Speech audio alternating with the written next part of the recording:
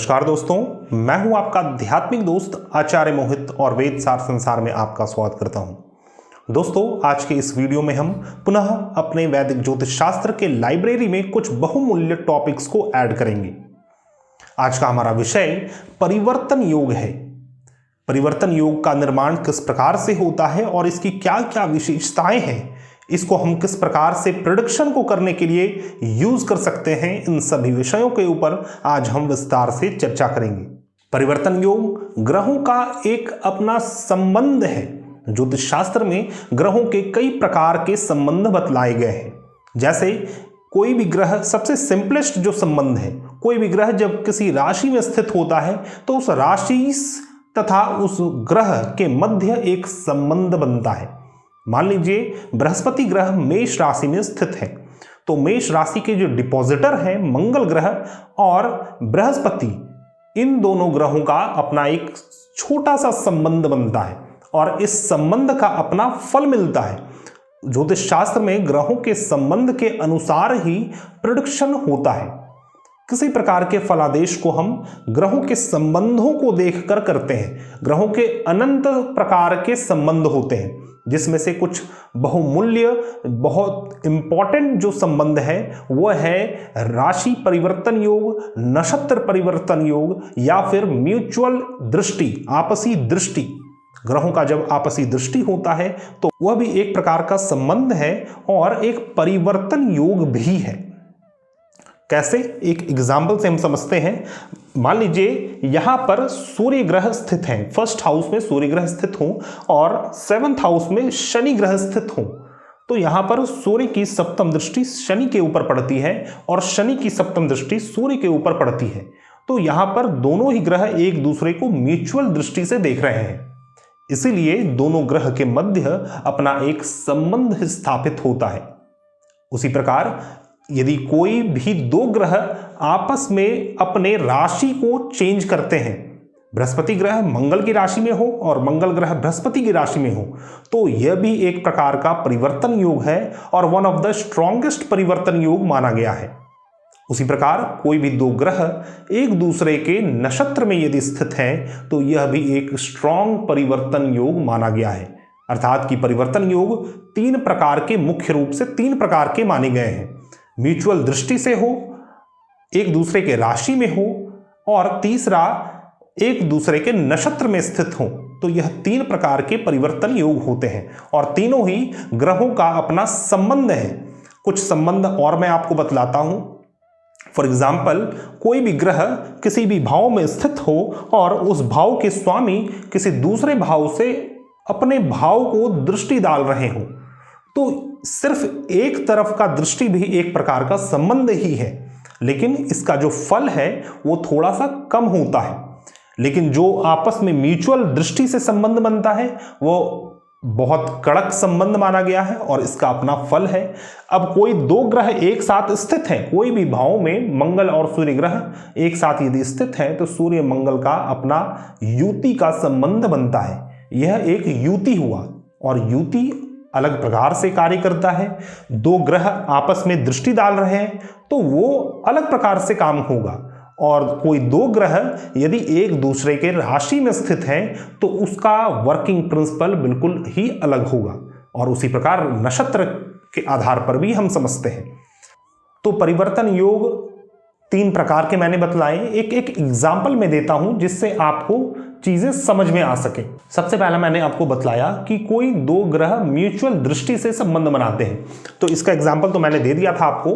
मान लीजिए सूर्य आपके लग्न में है और शनि ग्रह सप्तम भाव में है, तो सूर्य का सप्तम दृष्टि शनि के ऊपर पड़ रहा है और शनि का सप्तम दृष्टि सूर्य के ऊपर पड़ रहा है।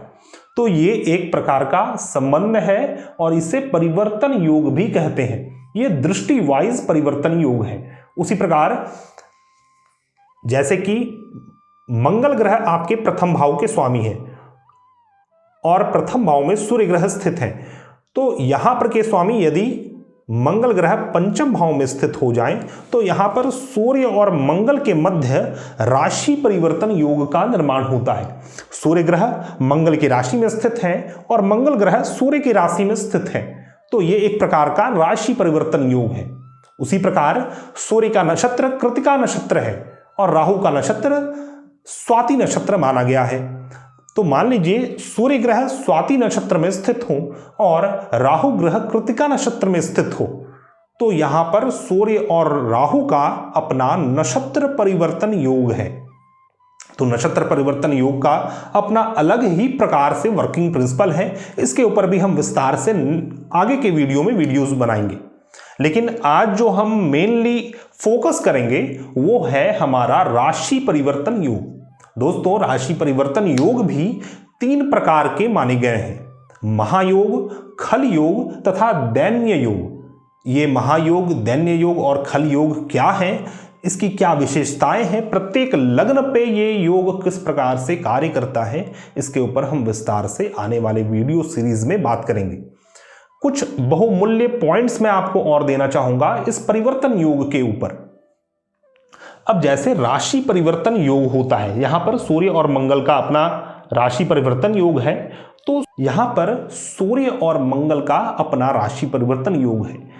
सूर्य मंगल की राशि में है, मंगल सूर्य की राशि में है, तो यहां पर दोनों ही ग्रहों के मध्य अपना एक MOU साइन किया हुआ है। एक इन्होंने पैक्ट, आपस में एक कॉन्ट्रैक्ट साइन है, जिससे कि इन्होंने आपस में प्रॉमिस कर रखा है एक दूसरे को कि तुम मेरे भाव को नुकसान मत पहुंचाना, मैं तुम्हारे भाव को नुकसान नहीं पहुंचाऊंगा। तो इस प्रकार का एक म्यूचुअल अंडरस्टैंडिंग होता है दोनों ग्रहों के मध्य, एक प्रकार का वॉकी टॉकी होता है दोनों ग्रहों के मध्य, जबकि ऐसे किसी प्रकार से संबंध नहीं बनता है। ना ही सूर्य की दृष्टि मंगल के ऊपर है और ना ही मंगल की दृष्टि सूर्य के ऊपर पड़ती है, फिर भी दोनों ग्रहों के मध्य आपस में कांटेक्ट होता है और उस कांटेक्ट के थ्रू दोनों ग्रह इस संबंध में कार्य करते हैं। तो दोस्तों, कुछ पॉइंट्स को आपको और भी ध्यान देना है, जैसे कि जब 2 ग्रह का अपना राशि परिवर्तन योग होता है तो इसमें यह देखना अति आवश्यक है कि दोनों ग्रह किन किन भावों के स्वामी हैं। अब यदि किसी शुभ भाव का राशि परिवर्तन योग किसी अशुभ भाव से होता है तो उसका अपना बैड इंपैक्ट पड़ता है, उसका अपना बुरा फल है। लेकिन यहां पर दोनों भावों के स्वामी की ग्रह मैत्री देखना अति आवश्यक है। जैसे कि सूर्य और मंगल की अच्छी मित्रता है और मंगल यहां पर के भी स्वामी है, अष्टम भाव के स्वामी है। तो यदि सूर्य ग्रह प्रथम भाव में ना होकर सूर्य ग्रह यदि आपके अष्टम भाव में है, तो यहां पर भी सूर्य और मंगल का राशि परिवर्तन योग हो रहा है। लेकिन यह राशि परिवर्तन योग आपके पंचम भाव और अष्टम भाव में हो रहा है।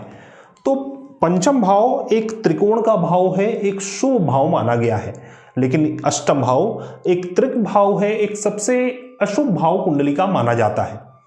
तो क्या ये योग अच्छे परिणाम देगा या फिर बुरे भाव के स्वामी होने के कारण इसके बैड इंपैक्ट होंगे? तो मैं आपको बतला दूं, इस योग को हम दैन्य योग कहते हैं। मैंने बतलाया था 3 प्रकार के राशि परिवर्तन योग होते हैं, तो ये एक दैन्य योग है।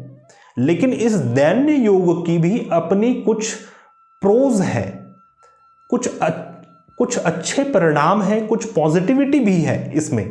इसका रीजन ये है कि सूर्य और मंगल आपस में मित्र ग्रह माने गए हैं, तो इनका जो मित्रता है उस मित्रता का तो आपको शुभ फल प्राप्त होगा। अर्थात कि सूर्य और मंगल पुरुष तत्व के ग्रह हैं, तो पुरुष आप अपने पुरुषार्थ के थ्रू अपने स्टडीज को कंप्लीट करेंगे। लेकिन यहां पर स्टडीज कंप्लीट होने में अनेक प्रकार की विघ्न बाधा उत्पन्न होगी, क्योंकि जो दैन्य योग में होता यह है कि जो शुभ भाव के स्वामी हैं उसके फल में कमी उत्पन्न होती है और अशुभ भाव में वृद्धि होती है। तो शुभ भाव आपका पंचम भाव है। यदि आप स्टूडेंट हैं और उसके दृष्टिकोण से देखें तो आपकी स्टडीज सदैव किसी ना किसी अनवांटेड इवेंट के कारण, किसी सडन एक्टिविटी के कारण आपकी पढ़ाई, आपकी शिक्षा दीक्षा सदैव रुक जाती है। लेकिन चूंकि सूर्य और मंगल यहां पर पुरुष ग्रह हैं, तो ये दोनों ग्रह का अपना पुरुषार्थ के कारण, सूर्य ग्रह आपके पंचम भाव के स्वामी हैं, तो पंचम भाव ईश्वरी कृपा को भी दिखाता है, ईश्वर, पूजा पाठ, धर्म, अध्यात्म, भाग्य, छोटे भाग्य, सुख को दर्शाता है। तो माता के एफर्ट को दर्शाता है। तो माता अपनी माता जी के एफर्ट के थ्रू, ईश्वर की कृपा के थ्रू, अपने पूर्व जन्म के संचित कर्म के थ्रू जो आपने पुरुषार्थ बनाया है, उस पुरुषार्थ से आपकी स्टडीज चलेगी। लेकिन फिर भी आपके जीवन में सदैव स्टडीज में आपको परेशानी उत्पन्न होगी। तो दोस्तों, ये बहुत ही अलग प्रकार से इसे समझा जाता है। किसी राशि परिवर्तन योग यदि हो तो राशि परिवर्तन योग इतना सरल नहीं है जितना आप समझ रहे हैं। सबसे पहले तो ग्रह मैत्री देखना आवश्यक है। दोनों ही ग्रह में किस प्रकार की मित्रता है, शत्रुता है, या दोनों ग्रह सम हैं। उसके बाद किन किन भावों के स्वामी हैं, उस भाव के स्वामी के आधार पर जो 3 प्रकार के राशि परिवर्तन योग होते हैं उसमें से एक डिसाइड होगा कि कौन सा राशि परिवर्तन योग आपका है। अब जिस भी प्रकार का राशि परिवर्तन योग होता है उस प्रकार का फल शास्त्रों में कहा गया है, लेकिन ग्रह मैत्री जिस प्रकार के हैं उस आधार पर भी अपना फल होता है। इसको और भी बेहतरीन तरीके से समझने के लिए एक एग्जाम्पल हम लेते हैं। मान लीजिए आपके लग्न स्थान में शनि ग्रह स्थित है। मेष लग्न की कुंडली है, इस कुंडली में शनि ग्रह आपके लग्न स्थान में है और मंगल ग्रह आपके दशम भाव में है। तो यहां पर हमें ये अभी नोटिस नहीं करना है कि शनि नीच के हैं, यहां पर सिर्फ राशि परिवर्तन योग को हम समझ रहे हैं। वैसे यहां पर शनि ग्रह नीच के हैं, मंगल ग्रह उच्च के हैं, लेकिन यहां पर सिर्फ और सिर्फ हम राशि परिवर्तन योग किस प्रकार से कार्य करता है उसके ऊपर बात कर रहे हैं। तो शनि शुभ स्थान के स्वामी हैं, आपके केंद्र भाव के स्वामी हैं, दशम भाव के स्वामी हैं, और मंगल ग्रह आपके प्रथम भाव के स्वामी हैं। तो यहां पर प्रथम भाव और दशम भाव का राशि परिवर्तन योग है। तो शास्त्रों में इसे महायोग के नाम से कहा गया है। जब 2 शुभ भाव में राशि परिवर्तन योग हो तो वह महायोग है। इसमें दोनों ही भावों के फल में वृद्धि होती है। ऐसा जातक कर्मठ होता है, अपने वचन को निभाने वाला। यदि उसने किसी प्रकार की चीज को ठान लिया है तो उसे बिना पूरा किए ठंडक की सांस नहीं लेता है। वो सदैव जोश, उत्साह, उमंग में रहता है, अपने उच्च जनों का सम्मान करने वाला और किसी अच्छे पद पर आसीन होता है, उच्च पद पर आसीन होता है। तो ये इसका कॉमन बेसिक फल है जब फर्स्ट हाउस और 10th हाउस में राशि परिवर्तन योग हो। लेकिन यह कुंडली मेष लग्न की कुंडली है और मेष लग्न में मंगल ग्रह आपके प्रथम भाव के स्वामी हैं, दशम भाव के स्वामी शनि ग्रह हैं, जिस कारण शनि और मंगल में एक शत्रुता का निर्माण होता है। शनि मंगल आपस में भी शत्रु ग्रह माने गए हैं। जब शनि और मंगल का संबंध यहां पर होता है तो ना ही बहुत ज्यादा शत्रु है ना ही बहुत ज्यादा मित्र है, एक प्रकार से सम है। लेकिन जब ये 2 ग्रह आपस में मिलते हैं तो इसे संघर्ष योग कहा जाता है। तो यहां पर आपको महायोग का फल तो अवश्य ही प्राप्त होगा। जो महायोग का फल है कि ऐसा जातक उच्च पद पर आसीन होगा। लेकिन इस योग के कारण शनि और मंगल में चूंकि मित्रता नहीं है, इसके कारण आपको सदैव अपने कर्म स्थान में संघर्ष के साथ सफलताएं प्राप्त होंगी। संघर्ष अवश्यमेव आपके जीवन में लगा रहेगा और चूंकि ये फर्स्ट हाउस का भी अपना संबंध हो रहा है, इस कारण आपके लाइफ के हर एक चीज में बिना संघर्ष के कोई कार्य पूर्ण नहीं होंगे। तो आप समझ सकते हैं कितनी जटिलता है किसी भी एक छोटे योग को समझने के लिए।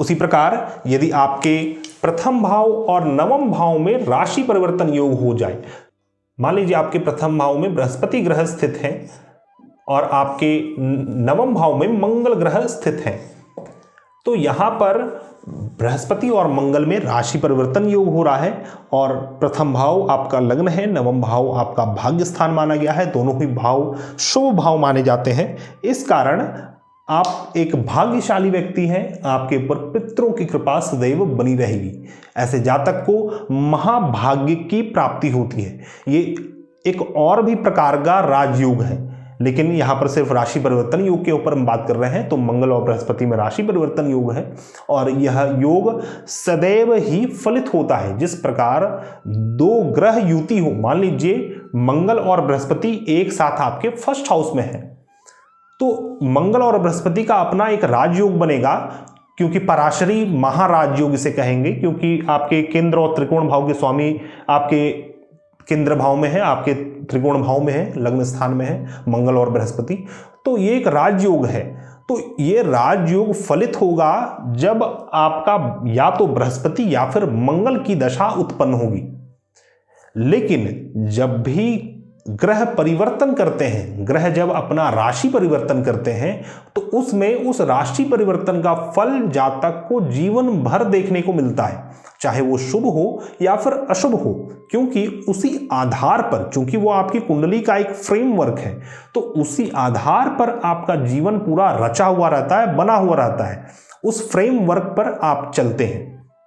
तो इसीलिए बृहस्पति और मंगल का इस प्रकार का राजयोग के कारण ऐसा जातक अपने जीवन काल तक भाग्यशाली होता है, सदैव धर्म के कार्य को करने वाला, पूजा पाठ करने वाला, यज्ञ हवन करने वाला होता है, एक स्पिरिचुअल व्यक्ति होता है। इसके अपने गुरु भी होते हैं और गुरु की मार्गदर्शन से, गुरु की कृपा से श्रेष्ठ कर्म को करता है। तो एक ग्रेट राजयोग है और ये इसका फल आपको सदैव ही मिलेगा, ना ही बृहस्पति की दशा या मंगल की दशा ऑन होगी तब। जब बृहस्पति और मंगल की दशा ऑन होगी तो वह फल और भी प्रचंड रूप से आपको प्राप्त होगा।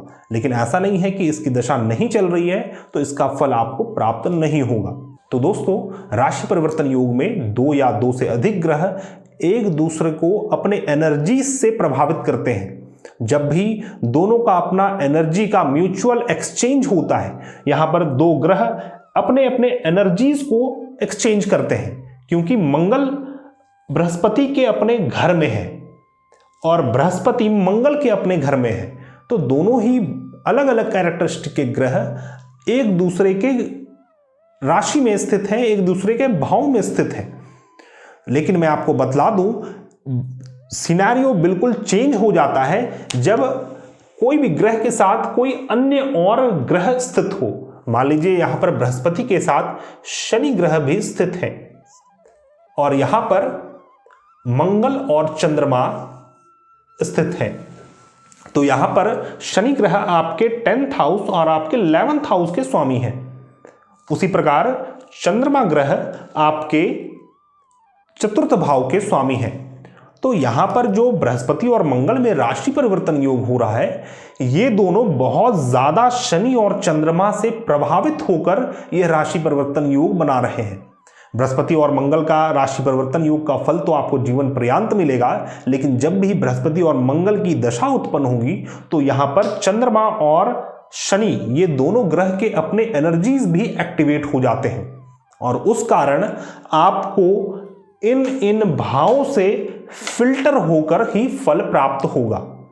अब जैसे इस योग के कारण आपकी माताजी भी धार्मिक स्वभाव की स्त्री होंगी और माताजी के द्वारा आपको उच्च विद्या, उच्च ज्ञान की प्राप्ति होगी। चूंकि आप शुरुआत से ही एक आध्यात्मिक व्यक्ति थे, लेकिन ऐसा कुछ लाइफ में कुछ एक्सट्रीम रूप से नहीं हो रहा था कि आपने आत्मज्ञान को प्राप्त कर लिया।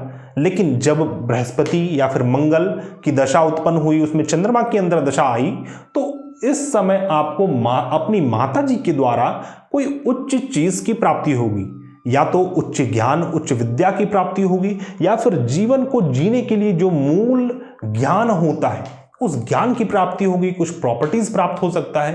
तो इस प्रकार से यह योग फलित होता है। अर्थात कि जब कोई दूसरा ग्रह स्थित हो तो उन ग्रहों की अंतरदशा में, जब इन ग्रहों का महादशा अंतरदशा चल रहा हो, उसकी अंतरदशा प्रत्यंतर दशा में जब शनि की या चंद्रमा की दशा अंतरदशा प्रत्यंतर दशा हो, तो उस मध्य कोई बड़ा इवेंट क्रिएट होता है, कोई बड़ा इवेंट्स होता है, या तो वो निगेटिव होके होगा या पॉजिटिव होके होगा। उसके लिए विश्लेषण आवश्यक है, उसके लिए इन चीज़ों को कैलकुलेट करना आवश्यक है। हम सिर्फ एक ग्रह को, किसी भी ग्रह को देखकर किसी भाव में हम कुछ भी सटीक रूप से नहीं कह सकते। अब इतना ही अधिक रोल होता है नक्षत्रों का। नक्षत्र बहुत महत्वपूर्ण है। यदि यहाँ पर बृहस्पति शनि के नक्षत्र में हो और शनि बृहस्पति के नक्षत्र में हो, तो यहाँ पर शनि और बृहस्पति का अपना नक्षत्र परिवर्तन योग हो रहा है। जिस प्रकार राशि परिवर्तन योग है उस प्रकार नक्षत्र परिवर्तन है। तो नक्षत्र परिवर्तन योग का अपना वर्किंग प्रिंसिपल है, वो अलग ही आधार पर वर्कआउट होता है। तो इन सभी विषयों पर हम बहुत ही विस्तार से चर्चा करेंगे आने वाले वीडियो में। अभी हम इसके बाद 3 वीडियोस और देंगे जिसमें हम 3 प्रकार के राशि परिवर्तन योग के ऊपर विस्तार से चर्चा करेंगे। महायोग, दैन्य योग और खल योग। महायोग को पूरे विस्तार से बतलाया जाएगा, अलग अलग लग्न राशि में महायोग किस प्रकार से प्रभावित होता है, यदि उसके साथ कोई अन्य ग्रह हो तो फिर हम उससे किस प्रकार से समझ सकते हैं, उसके प्रेडिक्शंस को किस प्रकार से कर सकते हैं। तो दोस्तों, आशा करता हूं आपको मेरा यह वीडियो पसंद आया होगा। यदि आपको हमारे वीडियोस पसंद आते हैं और आप हमारे चैनल में न्यू हैं तो कृपया हमारे चैनल को सब्सक्राइब करें और इस वीडियो को ज़्यादा से ज़्यादा लाइक करें, शेयर करें।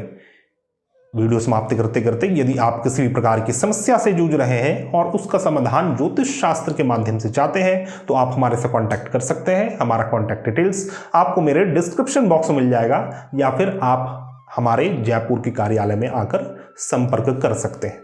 हम मिलते हैं नए वीडियो में, तब तक के लिए धन्यवाद। जय हिंद।